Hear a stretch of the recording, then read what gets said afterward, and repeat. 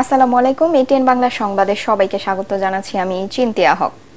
রাজধানীর মোহাম্মদপুরে খালের ওপর নির্মিত সাদিক এগ্রোর অবৈধ স্থাপনা ভেঙে দিয়েছে উত্তর সিটি কর্পোরেশন। সকাল 10টার পর থেকে ওই এলাকায় অবৈধ স্থাপনা উচ্ছেদ অভিযান শুরু হয়। মূলত সরকারি জমি ও খাল দখল করে যেসব স্থাপনা তৈরি করা হয়েছে সেগুলো উচ্ছেদ করা হচ্ছে বলে জানিয়েছে ঢাকা উত্তর সিটি কর্পোরেশনের কর্মকর্তারা। এবারে কোরবানি ঈদের অবিশ্বাস্য দামের গরু ও ছাগল বিক্রি করে বিতর্কিত হয় সাদিক এগ্রো। এনবিআর কর্মকর্তা মতিউর রহমানের ছেলে মুশফিকুর রহমান ইফাত 15 লাখ টাকায় একটি ছাগল কেনার জন্য সাদিক এগ্রোকে 1 লাখ আগাম দেয়। এরপরই সারা দেশে তোলপাড় হয়। 17 কোটি 27 লাখ টাকা উদ্বৃত্ত দেখিয়ে 2023 সালের আয় ব্যয়ের হিসেব নির্বাচন কমিশনে জমা দিয়েছে ক্ষমতাসীন আওয়ামী লীগ। এই হিসাব জমা দিতে দলের 5 সদস্যের প্রতিনিধি ইসিতে যান। এ সময় আওয়ামী লীগের কোষাধ্যক্ষ আশিকুর রহমান জানান, গত বছরে দলটির আয় হয়েছে 27 কোটি 14 লক্ষ 45 হাজার। ব্যয় হয়েছে 9 কোটি 27 লক্ষ 36 হাজার।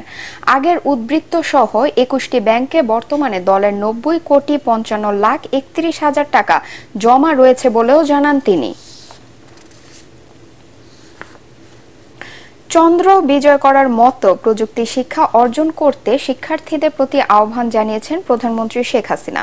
রাজধানীর ওসমানী স্মৃতি মিলনায়তনে প্রাথমিক শিক্ষা সপ্তাহ উদ্বোধন করে তিনি বলেন, উদ্ভাবনী শক্তির মধ্য দিয়ে নতুন প্রজন্ম দেশকে এগিয়ে নেবে।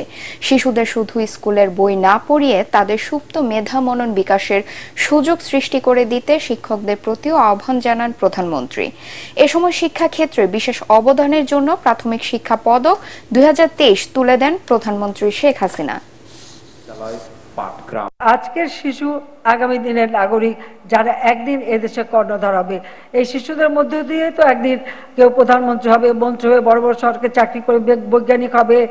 এমনকি আমরা তো এখন শুধু আমরা এখন আছি, একসময় তো আমাদের চাঁদেও যেতে হবে, চাঁদও জয় করতে হবে। আর সেই বিজ্ঞান সম্পন্ন জ্ঞান, সেই জ্ঞানটা আমাদের শিশুরা যাতে এখন থেকে পায় তার জন্য ব্যবস্থা করতে হবে। ইতিমধ্যে আমি ইউনিভার্সিটি করে দিয়েছি, এয়ারোস্পেস এবং এভিয়েশন ইউনিভার্সিটিও করেছি, অ্যারোনটিক্যাল সেন্টার করে দিয়েছি, মানে গবেষণা এবং সেই সাথে। তো এখন থেকে আমাদের শিশুদেরকে সেইভাবে মানে উদ্বুদ্ধ করতে হবে। সিলেট থেকে চট্টগ্রামগামী উদয়ন এক্সপ্রেস ট্রেনে এক তরুণীকে ধর্ষণের অভিযোগ উঠেছে। এই ঘটনায় 3 জনকে গ্রেফতার করে রেলওয়ে পুলিশ। পরে তাদের আদালতের মাধ্যমে কারাগারে পাঠানো হয়।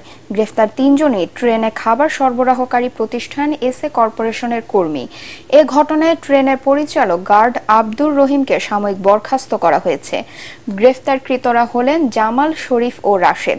বুধবার ভোর 4:30টায় উদয়ন এক্সপ্রেসে এ ঘটনা ঘটে।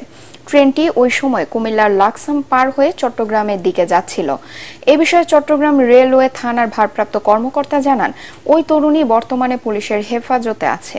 তাকে চট্টগ্রাম মেডিকেল কলেজ হাসপাতালের ওয়ান স্টপ ক্রাইসিস সেন্টারে পাঠানো হবে। পরবর্তী সংবাদ দেখার আমন্ত্রণ জানিয়ে এখনকার মতো শেষ করছি।